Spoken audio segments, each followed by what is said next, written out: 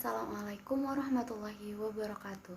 Perkenalkan, di sini saya Amalia Nurlaila dengan NIM 2101031 akan menjelaskan mengenai pengetahuan dasar tentang peta. Kemudian pokok pembahasan dari pengetahuan dasar tentang peta ini ada 4. Yang pertama yaitu tentang pengertian peta, kemudian yang kedua yaitu fungsi dan tujuan dari pembuatan peta itu sendiri, kemudian yang ketiga yaitu jenis-jenis dan proyeksi peta, dan yang terakhir yaitu ada komponen peta. Namun di sini masih ada note penting tentang gimana sih syarat-syarat peta yang baik itu dan juga syarat pembuatan dari peta. Baik, untuk yang pertama yaitu pembahasannya mengenai pengertian tentang peta. Nah, apa sih peta itu sebenarnya? Peta itu merupakan sebuah gambaran umum atau konvensional dari permukaan bumi pada bidang datar yang diperkecil dengan menggunakan skala tertentu dan juga dilengkapi dengan tulisan serta simbol sebagai keterangannya. Nah, di sini itu ada ilmu pengetahuan yang pelajari tentang peta, di mana ilmu tersebut dinamakan kartografi. Sedangkan orang yang ahli di dalam bidang pembuatan peta itu disebut dengan kartograf.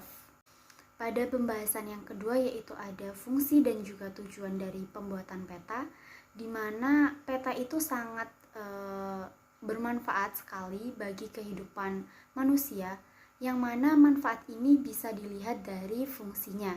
Beberapa di antara fungsi peta yaitu ada pertama untuk menunjukkan posisi atau lokasi suatu wilayah di muka bumi ini, misalnya nih Gmaps. Kemudian yang kedua yaitu untuk memperlihatkan atau menggambarkan fenomena-fenomena dalam bentuk-bentuk permukaan bumi. Kemudian yang ketiga yaitu untuk memperlihatkan ukuran, luas daerah dan jarak di permukaan bumi ini. Dan yang terakhir yaitu ada untuk menyajikan informasi dalam bentuk atau konteks keruangan. Nah, salah satu contoh dari pemanfaatan adanya peta yaitu dapat dilihat dari beberapa gambar berikut ini. Yang pertama yaitu ada peta yang digunakan untuk memetakan infrastruktur jaringan jalan. Kemudian gambar yang kedua yaitu peta digunakan untuk mengklasifikasi penggunaan lahan.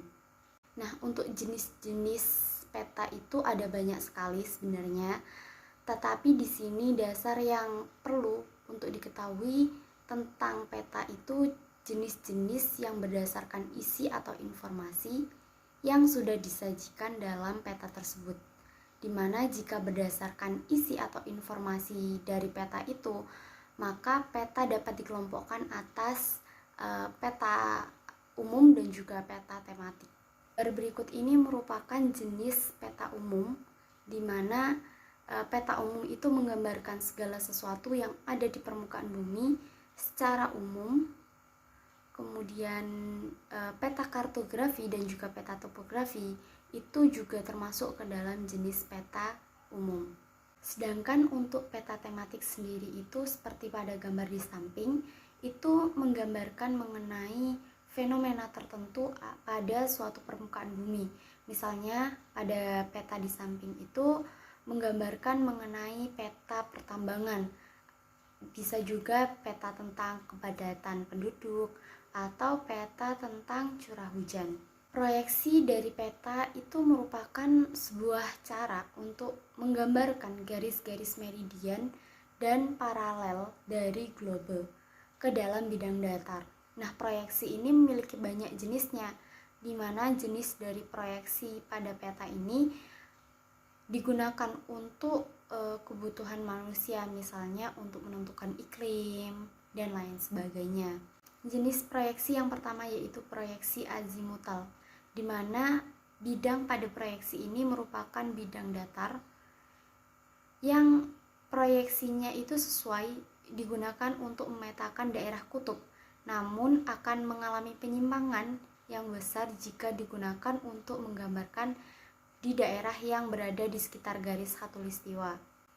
Jenis proyeksi yang kedua yaitu ada proyeksi kerucut. Sesuai dengan namanya, maka bidang pada proyeksi ini juga berupa kerucut. Proyeksi yang seperti ini biasanya digunakan untuk menggambarkan daerah yang berada pada lintang tengah, seperti daerah pada negara-negara di Eropa. Kemudian jenis proyeksi yang terakhir yaitu ada proyeksi silinder. Sesuai dengan namanya, maka bidang proyeksi ini juga berupa silinder, di mana proyeksi yang seperti ini sangat baik untuk memetakan daerah yang ada di daerah-daerah khatulistiwa dan tidak sesuai untuk memetakan daerah yang berada di sekitar kutub. Jadi proyeksi silinder ini kegunaannya itu berkebalikan dengan proyeksi azimutal. Pokok pembahasan yang terakhir yaitu mengenai komponen pada peta, di mana di dalam komponen pada peta itu harus ada judul peta, karena dari judul sudah mewakili informasi dari isi peta. Kemudian yang kedua ada garis tepi, yang ketiga ada orientasi yang berfungsi sebagai petunjuk arah yang biasanya dilambangkan dengan tanda panah yang menunjuk ke arah utara. Kemudian komponen yang keempat ada skala pada peta yang merupakan perbandingan jarak antara dua titik pada wilayah di peta dengan jarak sebenarnya. Kemudian komponen yang kelima yaitu ada legenda atau keterangan pada peta yang di dalamnya termuat semua keterangan dari simbol-simbol agar pembaca itu mudah memahami peta tersebut. Kemudian komponen yang keenam ada koordinat yang merupakan garis bujur atau garis lintang dari suatu wilayah. Yang ketujuh ada simbol pada peta yang berguna untuk mewakili gambar yang sebenarnya. Kemudian yang kedelapan yaitu ada lettering. Yang kesembilan atau yang terakhir yaitu ada warna pada peta, yang biasanya itu digunakan untuk menonjolkan perbedaan objek pada peta. Misalnya nih, warna biru biasanya digunakan untuk menggambarkan kenampakan wilayah perairan. Kemudian warna hijau biasanya digunakan untuk menggambarkan kenampakan vegetasi seperti hutan, perkebunan. Begitu juga dengan warna-warna yang lainnya. Catatan penting dalam pembuatan peta yaitu gimana sih syarat-syarat agar peta dapat dikatakan dengan baik? Yang pertama, peta harus menggambarkan keadaan yang sebenarnya, tidak membingungkan dan harus mudah untuk dimengerti. Kemudian, peta juga harus bersih dan rapi agar pembaca dapat melihat dengan jelas isi dari peta tersebut. Kemudian, catatan yang selanjutnya yaitu pembuatan peta agar bumi berbentuk bola dapat digambarkan dalam bidang datar harus memenuhi syarat-syarat berikut ini. Yang pertama, peta harus ekuivalen, yang mana memiliki pengertian bahwa peta itu harus sesuai dengan luas sebenarnya. Kemudian yang kedua, peta harus equidistant, di mana peta itu harus mempunyai jarak yang sama dengan jarak sebenarnya.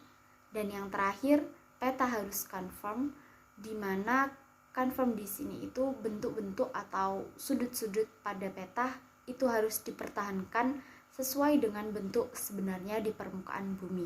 Sekian dari penjelasan saya mengenai pengetahuan dasar tentang peta. Semoga dapat bermanfaat, dan apabila saya terdapat salah kata dalam pengucapan, mohon maaf yang sebesar-besarnya.